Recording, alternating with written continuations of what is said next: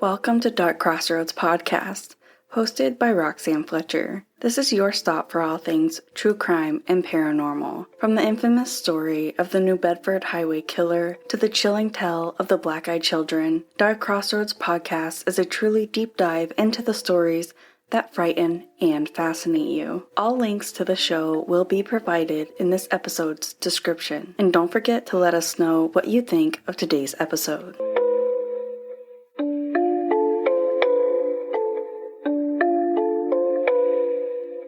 The following is a case that was sent in to us as a request to cover. I'm just putting this here to give them recognition, but also to remind you guys that you can request any cases or stories that you want read on the podcast or anything else. Just email us to darkcrossroadspodcast@gmail.com, or you can find us on all social media. Luke Stout was a 24-year-old young man who loved video games, comic books, skateboarding, and most of all, he loved his family. He lived in Buckhannon, West Virginia, where he grew up with his 3 older brothers. He was also very close to his mother, Elizabeth, who he had remained living with so that he could take care of her. She was terminally ill at the time and relied on all of her boys to help her. On the morning of July 18th of 2012, Luke took his broken green bicycle and walked down the driveway. He was taking it to his friend's house where they were going to fix it up. His friend, Dylan, said that he was sending someone over to pick Luke up and Luke should meet them at the end of his driveway. Luke's mother and brother watched Luke walk down the driveway and out of sight. And from this point on, Luke was never seen or heard from again. Luke was born on July 6 of 1988. He was the youngest of 4 boys, 4 brothers that his mom often referred to as the 4 Musketeers. Luke was always a very selfless kid, wanting to help his mother and his friends, and always thinking of others. At the age of 16, he got a job and began working in an effort to help his mother out financially. That's a pretty admirable character trait for a young man, and because of his help, the family was able to stay in their home and have food on the table. Luke's family lived in Buckhannon, West Virginia. It is in the Upshur County and sits along the Buckhannon River. It's a small town with just over 5,000 residents. Buckhannon consists of less than 3 square miles and sits at the foothills of the Allegheny Mountains. You can imagine, like most of West Virginia, the area is very rural and is surrounded by forests, rivers, mountains, and undeveloped land. It is a known area for mining and is also home to the 2006 Sago mine disaster. On January 2nd in 2006, lightning struck the mine, igniting the coal and causing a massive explosion. 12 people lost their lives, and there was only 1 survivor. Buckhannon is still in an active mining area of West Virginia and is also known for a series of abandoned mines. Like many children growing up in West Virginia, Luke and his brothers absolutely enjoyed the outdoors. However, Luke was also known to like video games, playing the guitar, and many have said he was a pretty good artist also. In July of 2012, he lived with his mother, primarily because she had become terminally ill and he wanted to be there for her every step of the way. He loved his mother, and when he traveled for work doing construction, he was always calling her to check in on her and even buying things to bring home for her. Luke also had 3 older brothers, and all of the boys were known to be close to their mother. Earlier in the year of 2012, Luke had let his car insurance lapse, and while he had a vehicle, he could not drive it. It is not sure whether he was making a responsible decision on not to drive or if he had lost his license, but his car did remain parked and he knew that he could not drive it. Luke had a bicycle and he knew he would have to rely on this as a mode of transportation. His bicycle, however, needed a lot of work. On the afternoon of July 18th, in 2012, he told his mother and one of his brothers who was at the home that day that he was going to be taking the bicycle to the friend mentioned before and they were going to work on it and fix it up. He had told his mother that Dylan had the right tools needed to fix his bike and he was going to help Dylan fix his bike and then they would fix Luke's. That is the general overview of the bicycle story. It gets a little more confusing than that, but truly all of that is irrelevant and when it comes to Luke's disappearance. On that warm July day, Luke made his way down the driveway, carrying the broken green bike until he was out of sight. When his brother and mother were not able to ever get a hold of him again, his brother began looking around town for him. Luke's mother also got out and physically, despite being terribly sick, looked for her son.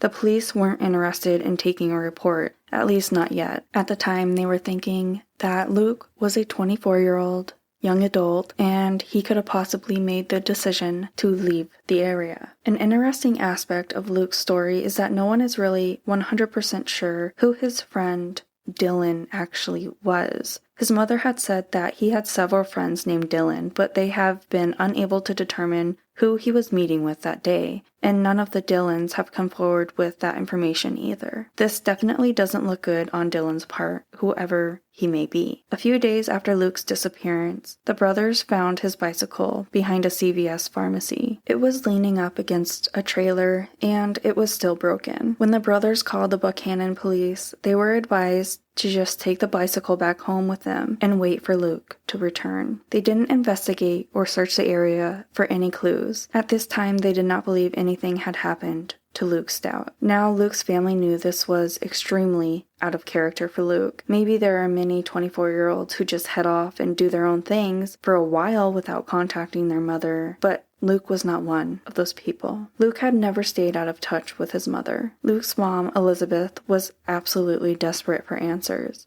She knew in her heart that something was very wrong. She began trying to get the attention of local police and media. A few local media outlets would pick up her story after some time, but not many. Inside, she was broken. So taking a look at the road Luke and his mother lived on, which was Hickory Flat Road, there are many houses next to one another. While not necessarily considered to some to be a neighborhood, the area did look like there were many houses nearby. A Google Maps search also shows some type of business with many trucks near the home where Luke and Elizabeth lived, almost directly next door. There was also one small creek and a nearby pond, but nothing else in the way of bodies of water, at least directly there on Hickory Flat Road. Of course, West Virginia as a whole is very rural and full of water sources, but not directly there on Luke's road. No one claims to have seen anything that day. No one saw Luke at the end of the driveway, no one remembers him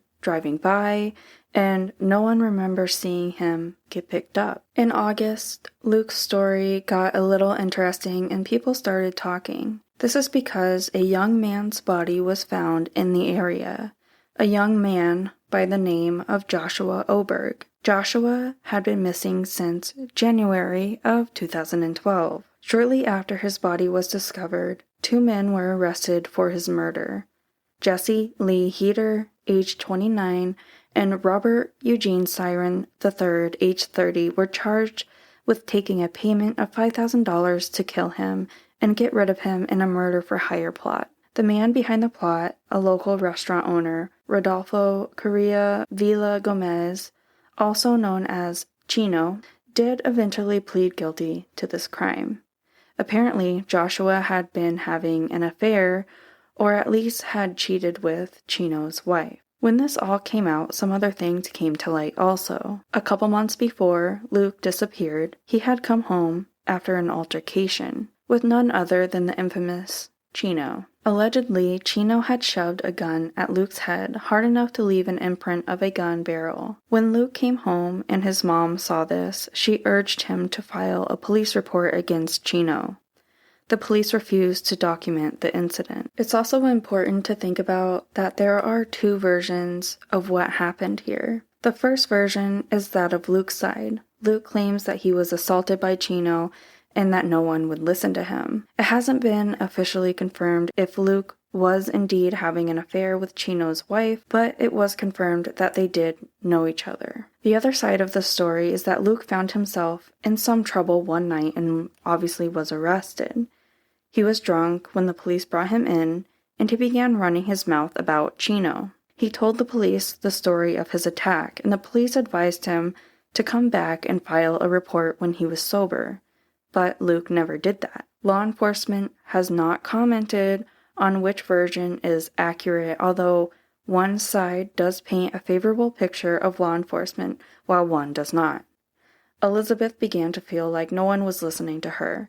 Rumors began to swirl about a local police officer that was out drinking at the bars and running his mouth about Luke. Elizabeth became irate and went to the media. It turned out that this individual officer had 11 DUI convictions, and motions were made to have him dismissed from the force. In September, Elizabeth would be charged with assault of an officer. She was in her hospital bed, hooked up to IVs, when she began arguing with an officer. At some point, she took out her IV herself, and she threw it at him. That same month, one of Luke's brothers were charged with assault of an officer as well. Another brother would be charged with domestic violence after punching a family member. Elizabeth claims that Luke's disappearance has destroyed her family and is ripping everybody apart. Some use these stories to point out a history of criminal activity within the family.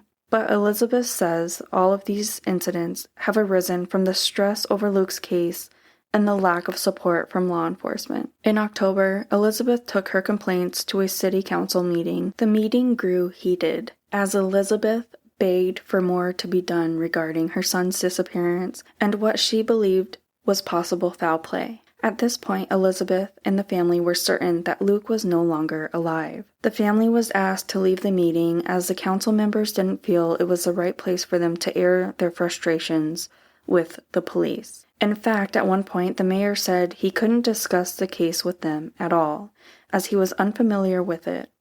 At the end of the meeting, as things had heated up, he said that the family's version of events did not match up with the investigation facts, to which Elizabeth replied, "How could you possibly know that if you are unfamiliar with the case?" I mean, if that's an accurate statement, she definitely has an extremely valid point. Now, let's look at the case of Joshua Oberg. It's hard to tell, at the surface anyway, if this case does explain what might have also happened to Luke. It's hard to decipher what is small-town gossip and what are actual true facts. What we do know now is that Joshua Oberg was found buried in a shallow grave near Bull Run Road. The two individuals accused of his murder, Robert and Jesse, were found guilty. Joshua Oberg had last been seen on January 23rd of the same year, 2012, and he was last seen getting into a car with Robert and Jesse. As investigators kept tabs on the two men, eventually Robert told the whole story of the killing to a confidential informant. He said that Chino had paid them a large sum of money to kill Joshua for having an affair with his wife. The confession also led authorities to Joshua's body. Chino was subsequently arrested and found guilty of several crimes, one of those being unlawful entry to the United States of America. Another is possessing 16 firearms at his residence illegally. Another is second-degree murder. And another is conspiracy to commit murder. It was also found out that Chino, who owned a Mexican restaurant in Buckhannon, had been deported twice before. Somehow, this man continued to slip through the cracks. Rumors began to swirl regarding a possible connection to Luke Stout. However, none of the men involved in Joshua's case ever admitted anything regarding Luke. And while many people believe that Chino was responsible for Luke's disappearance, and the one thing that people often question is the fact that facts came out pretty readily and easily about Joshua once Robert and Jesse were arrested. Some have speculated that if they had been a part of Luke's disappearance, they probably would have negotiated and used Luke's case to their advantage. For example, one of them could have asked for a lighter sentence in exchange for leading them to Luke's body, or possibly telling them what happened. So it seems interesting that all three men continue to deny having anything to do with Luke Stout's disappearance. Could it be that maybe they are telling the truth, or are they just really good at keeping this one secret? Some questions that have also come up about Luke's case are the following. Why didn't the police take a more active involvement in his disappearance? Is there a reason for this? They haven't really come out publicly to say anything, so people are just left to speculate. Did nobody on his road see him at the end of his driveway? Did anyone see him get into a vehicle did nobody happen to drive by at that exact moment? His bicycle was found abandoned behind the CVS store in town, yet nobody saw him put the bike there, no security cameras. Did Luke not have a cell phone that could be tracked? Why has his friend, Dylan, not come forward? You're expecting your friend to come over and he doesn't show up, or did he show up and something happened later? No matter what, when news of Luke's disappearance hits, you'd think this man would have come forward with some information, or even that detectives would have been able to narrow it down and figure out who this Dylan was. With all the information we do have, there are a few theories that are also possible. Luke just left town. With absolutely no evidence showing foul play or harm to Luke, this is a possibility. But with being such a close family person and taking care of his terminally ill mother, it seems relatively doubtful. Plus, people don't believe that he had any money at the time. This was a young man who couldn't even keep car insurance on his vehicle and had to turn to using a bike for transportation. Another theory is that maybe there was an accident. Surrounded by wilderness, did Luke wander off and succumb to the elements? Maybe his ride never showed up, so he started walking. Maybe he decided to take a shortcut through the woods. There is a lot of wilderness surrounding the area, and even some bodies of water. The only question that people have about this theory is about the bike. Did he drop it or leave it behind and someone just randomly found it? But why would they put it behind a CVS pharmacy? And why has nobody come forward saying that they were the ones that found the bike and where they had found it? Another theory is foul play at the hands of Chino and his men. The possibility is there. There is just absolutely no evidence, at least not as of yet. Another is foul play at the hands of somebody else. What could have happened after Luke left his home that fateful July day? Was Dylan involved? Who is Dylan? Was there a fight among friends that day? Luke Stout started a Facebook page to help spread awareness. It is called Missing Luke Stout. One thing that is noticeable is that he had several different types of looks. Long hair, short hair, clean-cut look, shaggy look, and he looks pretty different in each photo. Elizabeth kept up on the Facebook page and posts regularly. It was her wish that she would learn what happened to her son, her Lukey, before she died. Unfortunately, Elizabeth passed away recently with still no answers on where her youngest son was. But still the family presses on for answers, as they had promised her that they would. Some quotes from Elizabeth on the Missing Luke Stout Facebook page are, "I love you, baby. Your brothers love you. The Four Musketeers." July 18th, 2012 will forever be the worst date in my life. For you, my youngest son said goodbye. I love you, and walked out the door for the very last time, not to return. I, as a mother of a missing child, have thoughts that I am afraid to speak. I, as a mother of a missing child, have a crying soul, even though I may smile. I, as a mother of a missing child, feels guilt others do not understand. I, as a mother of a missing child, cries in silence in the presence of others. Lukey, I will never give up. I will stand up and speak for you with everything I have left in me. This has and will always be. This is the promise I made to you from day one, and I will keep it, no matter where it leads me. I will not stop until you are found, or we have the answers to the questions we seek, and everyone involved pays for their part. My heart, my soul, my blood, my son, I love you, Luke, and you know you can count on Mama. Luke is described as 5'7", and weighing about 120 pounds at the time of his disappearance. He has brown hair and brown eyes. He was wearing a black t-shirt with the sleeves cut off. He wore jeans and black sneakers with neon green shoelaces. He had a light jacket on because it was supposed to rain that day. He also wore a silver-colored prayer ring and had a shoulder tattoo of skulls. As a child, Luke had a bone infection that required surgery. This resulted in one leg being slightly shorter than the other and a lower leg scar. If you have any information regarding Luke Stout, please call the West Virginia State Police at 304-473-4200.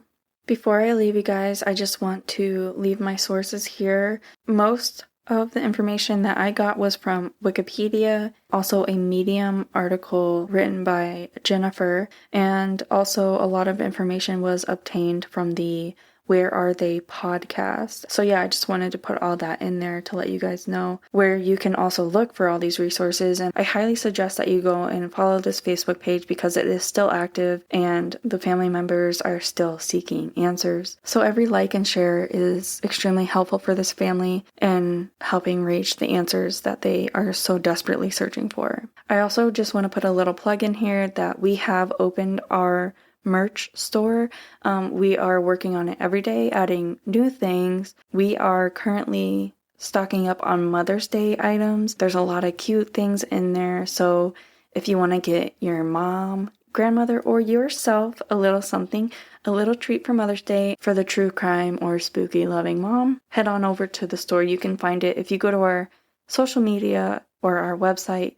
There is a link to our link tree, and there you will find a link to the merch store. If you guys want to hang out again, don't forget to check back in. Alright, I love you guys so much, and don't forget to keep being a weirdo, okay? Alright, bye-bye.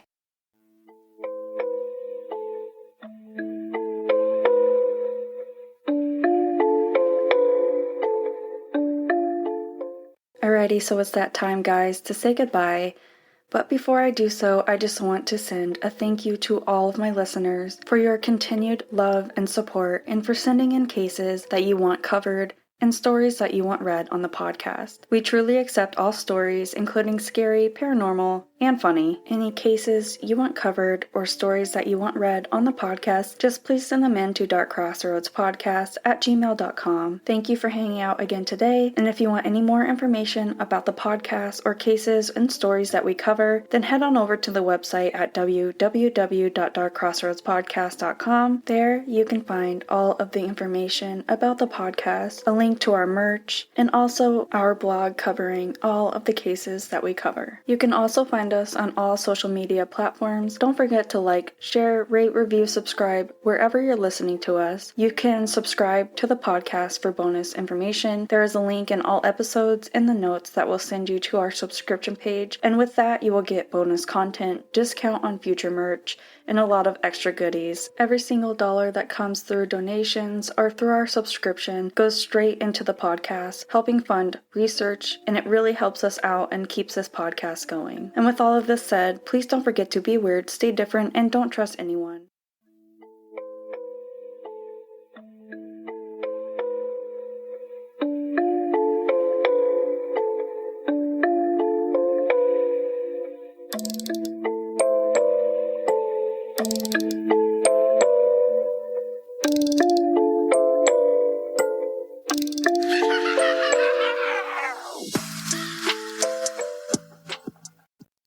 Dark Crossroads Podcast is brought to you by Problem Wildlife. Problem Wildlife serves all of Western Massachusetts and has been humanely protecting your house and your family from unwanted pests for over 20 years. Take back your space with an animal control service that you can trust. They are family-owned, fully licensed, and are knowledgeable and dependable. To find out more about their service, simply visit their website at www.problemwildliferemoval.com, and their information will be included in our show notes. The Curiosity Box delivers the cerebral fascination of Vsauce right to your door through engaging science toys, surprising puzzles, and books that expand our understanding of the universe. The creators worked together to create, design, and handpick each illuminating item in the Curiosity Box, including constructive kits, brain games, and imaginative custom t-shirts. Every quarterly delivery will turn your home into a laboratory of wonder. If you have always been curious about the world around you, then subscribe to the Curiosity Box and have access to the most popular science education network on YouTube, as it energizes a community of Earth's most inquisitive minds with videos spanning science, math, and the human experience. And now all of that passion is in a box pulled off the screen and put in your hands. You can also receive monthly courses spanning popular academic disciplines to inspire and nurture the next generation of curious thinkers, innovators, and inventors. They are delivering a deeper learning experience through AR, VR, and video lessons on the MEL app. Join the curious community on their journey to explore the world, celebrate the amazing, and support brains for the future of our pale blue dot and beyond.